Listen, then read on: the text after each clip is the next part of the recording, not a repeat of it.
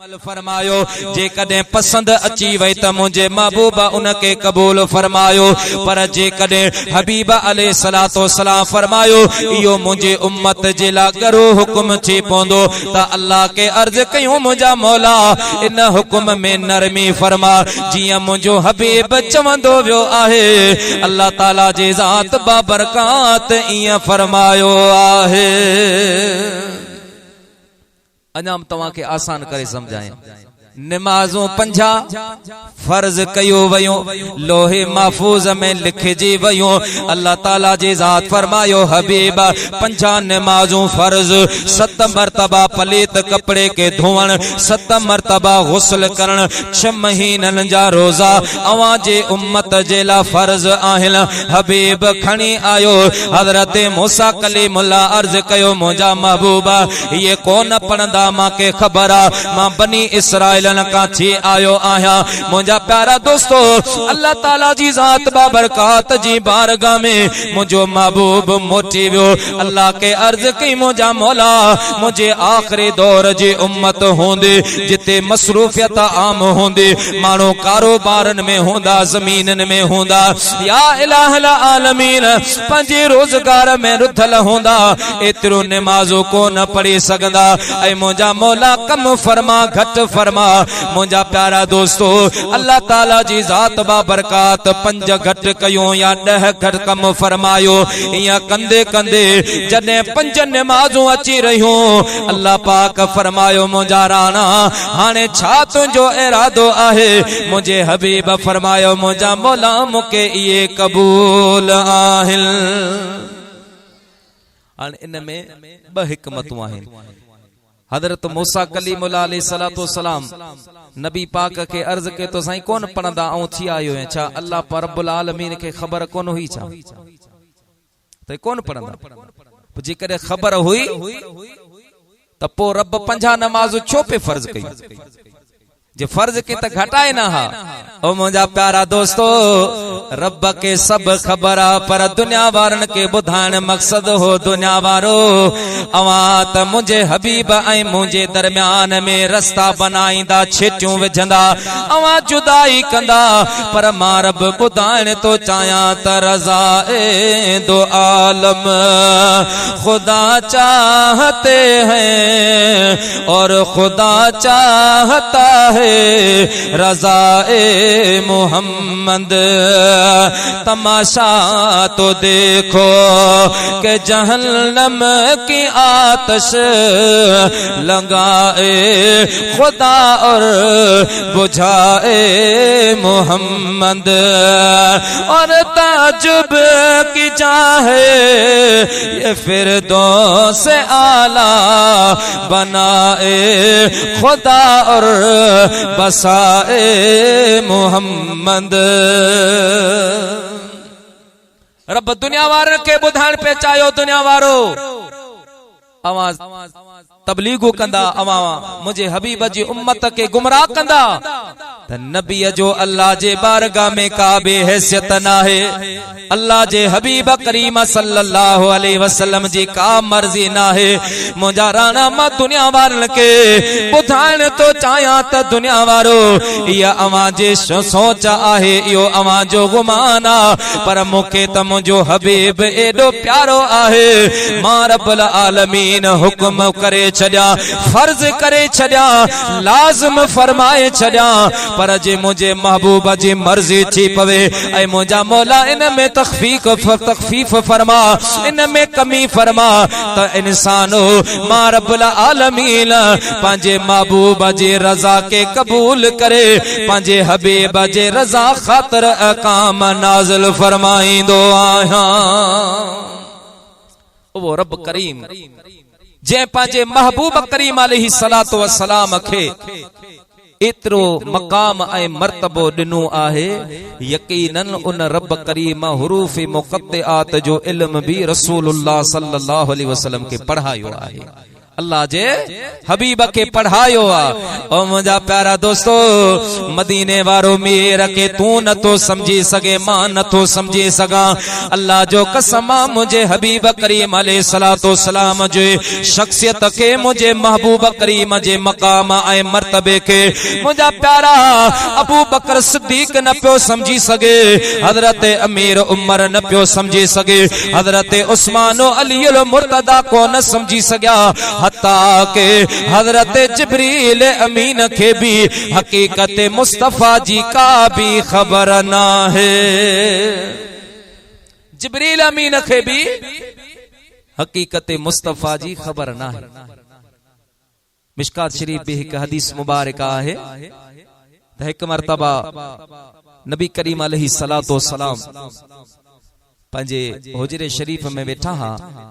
तो उम्मुल मुमिनीन हजरत सैयदा तैयबा ताहिरा अफीफा कायनात मरियम इस्लाम उम्मुल मुमिनीन अम्मा आयशा सिद्दीका रदियल्लाहु ताला अन्हा आई। दरवाजो बंद हो, सैयदा दर ठुकायो, मुझे महबूब फरमायो मन बिल बाब, केरा दरवाजे पे। अम्मा आयशा अर्ज कयो या रसूल अल्लाह आयशा, पान फरमाए मन आयशा, आयशा केरा? या रसूल अल्लाह बिनते अबा बकर, राणा अबू बकर जी न्याणी। पान फरमाए मन अबा बकर, न अबू बकर केरा? तवा के ये खबर होंदी त अम्मा आयशा सिद्दीका रदी अल्लाह ताला अन्हा नबी पाक जी छाहे अदा, नबी पाक जी घरवारी आहे, असा मोमिनन जी मां, असा मोमिनन जी मां आहे। ऐं मुझे हबीब करीम अलैहिस्सलातो सलाम जूं किन रवायतन में है त 9 घरवारियूं हुयूं, किन रवायतन में है त 11 घरवारियूं हुयूं, पर सभिन मां मुझे हबीब करीम अलैहिस्सलातो सलाम के जेका प्यारी हुई उहा हजरत सैयदा अम्मा आयशा सिद्दीका रदियल्लाहु ताला अन्हा। इन्हीं जेला जो पान करीम अलैहिस्सलातो सलाम अम्मा आयशा सिद्दीका सा गद वेठा होंदा हा त जिब्रील अल्लाह जी तरफा कुरान खणी ईंदो, अल्लाह जी तरफा नबी पाक अलैहिस्सलातो सलाम ते जेकर सलाम होंदा हा त अम्मा आयशा सिद्दीका रदियल्लाहु ताला अन्हा दे भी सलाम होंदा। वो पाक घरवारी, वो केर मानो जो पंहिंजी घरवारी के न सुञाणे, पर साईं फरमायो केर आहीं? अम्मा आयशा सिद्दीका के कोन सुञातो, पान डिजी वैया खौफ में अम्मा आयशा सिद्दीका पुछन पेरन हटी आहे, बजंदी ढोलंदी हजरत अबू बकर सिद्दीक जी बारगाह में आया, अर्ज कन लगे मुझा बाबा जान अज मुझे हबीब ते का कैफियत तारे आहे, का हाल तारे आहे, जो रसूलुल्लाह सल्लल्लाहु अलैहि वसल्लम मुखे बे न प्या सुञाणन, अवां के बे न प्या सुञाणन। हजरत अबू बकर सिद्दीक डिजी वियो आहे, पेरन उघाड़ो भजंदो डोलंदो हजरत अबू बकर सिद्दीक मुझे मदीने वारे मीर जे बारगाह में आयो आहे। अची करे सलाम अर्ज कया त मदीने वारे मीर सलाम जो जवाब दिनो आहे, सलाम जो जवाब इनायत फरमा। हथ बदी अर्ज की मुझा राणा थोड़ी देर पेरी अवां जी तबियत मुबारक ते का कैफियत तारी ही, का हाल तारी ही, जो तहां मुखे भी कोन पे सुञातो, मुझी न्याणी आयशा के भी कोन पे सुञातो। तो मुझे महबूब करीम छा फरमाए, अबू बकर ओ प्यारा अबू बकर, मां मदीने वारे मीर जी जिंदगी में एड़ा भी लम्हात ईंदा आहिन, एड़ियों भी घड़ियों ईंदियूं आहिन जो मां जमीन ते वेही बराए रास्त पंहिंजे रब सां कचहरी कंदो, पंहिंजे रब सां मारको कंदो आहियां। ओ प्यारा अबू बकर तू त चवे तो मां आयशा के कोन सुञातो, अबू बकर तोखे कोन सुञातो। ओ प्यारा सिद्दीक अकबर, मां मदीने वारे मीर के पैदा करण वारे रब करीम जो कसमा,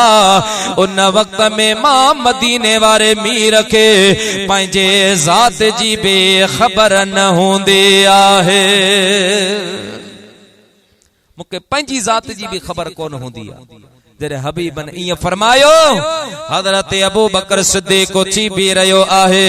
मुंहिंजा प्यारा दोस्तो बुजुर्गो अल्लाह जे बारगाह में अर्ज करण लगो कुर्ब के रोने कादिर तुई जा सुइनो नबी सरदार दिने कुर्ब के रोने कादिर तुई जा सुइनो नबी सरदार दिने रहबर सारे रसूलन जो अखड़न जो ही ठार दिने कुर्ब के रोने कादिर तुई जा सुहिणो नबी सरदार दिने अल्लाह जी बारगाह में अबू बकर सिद्दीक उथे शुक्रियो अदा कयो मुंहिंजा मौला तुंहिंजा लख करम तुंहिंजा लख शुक्राना या अल्लाह एड़ो हबीब दिनो अथई जेको ज़मीन ते वेही करे तो रब करीम सां गुफ्तगू फरमाईंदो आहे तो रब करीम सां या इलाहल आलमीन गाल बोल कंदो आहे अज जो अबू बकर सिद्दीक उथे बैठो आहे त मुंहिंजो महबूब मदीने वारो मीर पान बे उथी भी रहा ऐं मुंहिंजे हबीब पंहिंजा ॿई बाज़ू फैलाए करे हज़रत अबू बकर सिद्दीक के भांकुर पातो आहे सीनो सीने सां मिलाए मुंहिंजे महबूब फरमायो अबू बकर अज मुंहिंजे सीने में जेके बि उलूम हा उवे सभई इल्म मां तुंहिंजे सीने में पलटाए छॾिया आहिनि अबू बकर इन मुंहिंजे पाक सीने में जेके भी उलूम हा उवे सब मां तोखे ॾिना पर हिकड़ी ॻाल्हि याद रख अबू बकर कदे इहो न सोचजा त मुखे रसूलुल्लाह जो इल्म मिलियो आहे हाणे मां ॾिसां त मदीने वारे मीर जो मकाम ऐं मर्तबो छा आहे अल्लाह जे हबीब जो रुतबो छा आहे या अबा बकर लम यारफनी हकीकतन गैर रब्बी औ कमा काल अलैहि सलाम मुझे साईं फरमाया अबू बकर याद रख मां मुस्तफा जी हकीकत के अल्लाह रब्बुल आलमीन का अलावा ॿियो केर भी समझी न सघंदो आहे सिद्दीक अकबर अर्ज करे सघियो पे राणा मां त समझी सघां थो बचपन का तो सां गॾु आहियां बकरियूं गॾु चारींदा हासीं माल गॾु चारींदा हासूं हबीब वापार ते गॾु हलंदा हुआसूं कॾहिं शाम कॾहिं मको कॾहिं मदीनो कॾहिं केॾा कॾहिं केॾा पोइ मुंहिंजा राणा जॾहिं नबूअत जो तो ऐलान कयो आहे पहिरीं मां अबू बकर तस्दीक कई आहे हबीब दुख में सुख में मींहं में सीअ में सर्दीअ में मां अबू बकर तो सां गॾु रहियो आहियां मां कीअं तुंहिंजी हकीकत के नथो समझी सघां ओ मुंहिंजा प्यारा दोस्तो सिद्दीक अकबर अर्ज कयो दिल बर मां के एतरी यकीन खबर आहे त तो मदीने वारे मीर के अल्लाह पाक का अलावा ॿियो केर भी समझे नथो सघे रब करीम तमाम असां सभिनि खे मदीने वारे साईं जी अकीदत ऐं मोहब्बत नसीब फरमाए मुझे हबीब करीम अलैहि सलातो सलाम जा गुलामो इहो मुझे साईं जो करम आहे जो पान बशरी लिबास में हिन दुनिया में आया अची करे मुझे हबीब करीम कुरान पढ़ी बुधायो मुझे हबीब करीम जिंदगी गुजारण जो तरीको बुधायो जिंदगी कियां गुजरे गुजारजे बच्चन सा कियां हलजे घर वारन सा कियां ताल्लुक रखजे पाड़े वारन जो कियां ख्याल कजे वडे सा कियां पेश अचजे नंढे सा कियां शफकत कजे अल कर्ज अल मकसद जिंदगी जे हर पहलू में मुझे महबूब करीम तुझी मुझी रहनुमाई फरमाई आहे अज भी वो रस्तो वाज़े ऐं रोशन पियो आहे मुझा प्यारा दोस्तो जेको उन रस्ते ते हलंदो आहे अल्लाह जे फज़ल सा उन जी दुनिया भी संवरी पौंदी आहे त मुझा प्यारा वो आखिरत में भी कामयाब थींदो आहे अल्लाह रब्बुल आलमीन वो पाक किताब जेमें रब करीम तुझी मुझी रहबरी ऐं रहनुमाई जा हुक्म इरशाद फरमाया वो हिन पाक महीने में पंहिंजे हबीब ते नाज़िल फरमाई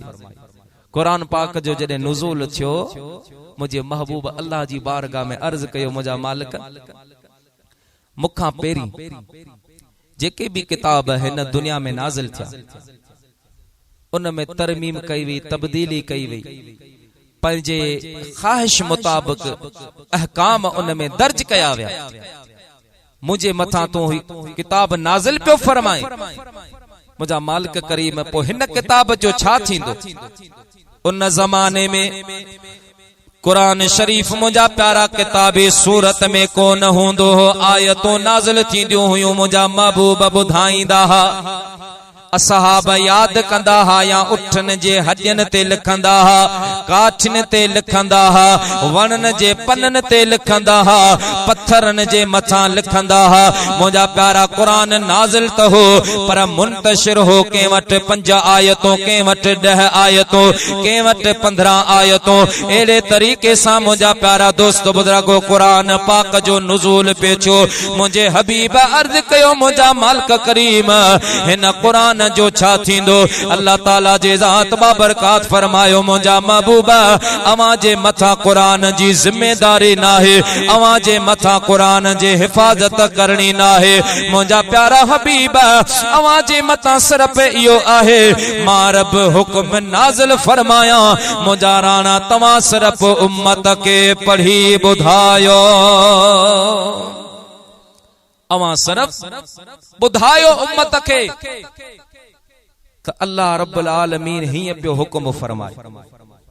त मुझे साईं अर्ज कयो, मुझा मालिक ॿिया जेके किताब नाज़िल छा उन जी हिफ़ाज़त भी नबियन कई ऐं उन जो तारुफ भी नबियन करायो हो,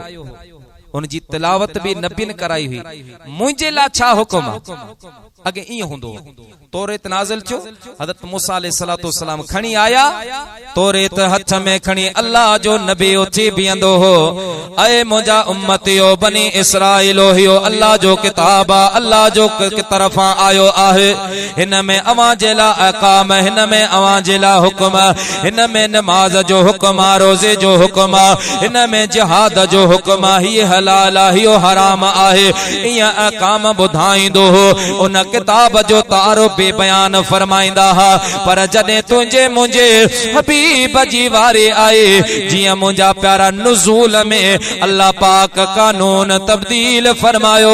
तियां हाण बे रब फरमायो, मुंहिंजा राणा तुंहिंजी जिम्मेदारी आहे कुर तिलावत करे ॿुधाइण, हिफ़ाज़त करण मां रब करीम जो कम आहे। हबीब मां रब तो कुरान जे हिफ़ाज़त जो ज़िम्मो खणा, मुंहिंजा राणा क़यामत ताईं भला पूरी दुनिया हिक थी पवे, पर मुझा महबूबा कंहिंमें एतिरे ताक़त न हूंदी जो कुरान जी ज़ेर ज़बर में तब्दीली आणे, कुरान जी कंहिं आयत में तरमीम करे सघे, कुरान जी कंहिं आयत में वध घटि करे सघे। इन जे लाइ जो साबिका किताबन जी हिफ़ाज़त जो ज़िम्मो उन्हनि नबियन जे हवाले हो, ऐं कुरान पाक जो हिफ़ाज़त जो ज़िम्मेदार मां रब करीम पाण आहियां। हबीब अर्ज़ कयो, मालिक मां तिलावत कंदुसि, तो रब हिफ़ाज़त जो ज़िम्मो कयो, तारुफ केर कराईंदो, सुञाणप केर कराईंदो? नओं मेहमान ईंदो आहे, उन जो तारुफ कराइबो आहे। अब आयो असांजो मेहमान आहे, परे खां आयो आहे, सिंध मां आयो आहे, फिलानो आहे, फिलानो, तारुफ कराइबो। भला हिन किताब जो तारुफ केर कराईंदो? अल्लाह ताला जे ज़ात फरमायो, मुझा राणा तुंहिंजो किताब जियां तुंहिंजो महबूब को मिसल नाहे, हिन कायनात में मुझा महबूब मां रब खां बाद तुंहिंजो मकाम आहे। एड़े तरीके सां हिन दुनिया अंदर जेके भी किताब नाज़िल छा, मुझा महबूब तो ते नाज़िल थियण वारो कुरान सभिन खां मुमताज ऐं आला आहे। मुझा हबीबा ॿियनि किताबनि खां कुरान जो शान मथे आहे, मुमताज ऐं आला आहे। हबीबा तिलावत तुंहिंजो ज़िम्मो, हिफ़ाज़त मां रब जो ज़िम्मो, ऐं पंहिंजो तारुफ कुरान शरीफ़ पाण बयान फरमाई, पंहिंजी सुञाणप पाण कराईंदो। अॼु बि कुरान पाक पंहिंजो तारुफ कराईंदो आहे। अवां जॾहिं भी दिल चवे कुरान पाक खणो ऐं उन खां पुछो, कुरान खां तव्हां सवाल करियो, ऐं अल्लाह जा कुरान तो किथां खां आयो आहे? अल्लाह जा कुरान किथां का आयो आहीं अल्लाह जो कुरान तो के जवाब ॾींदो तंज़ीलुम मिर रब्बिल आलमीन ऐ पुछण वारा मां अल्लाह रब्बुल आलमीन जे तरफ खां नाज़िल थियो आहियां अवां सवाल करो ऐ अल्लाह जा कुरान कंहिंजे मथां नाज़िल थियो आहे हे अल्लाह जो कुरान तो के जवाब ॾींदो नुज़िल अला मुहम्मद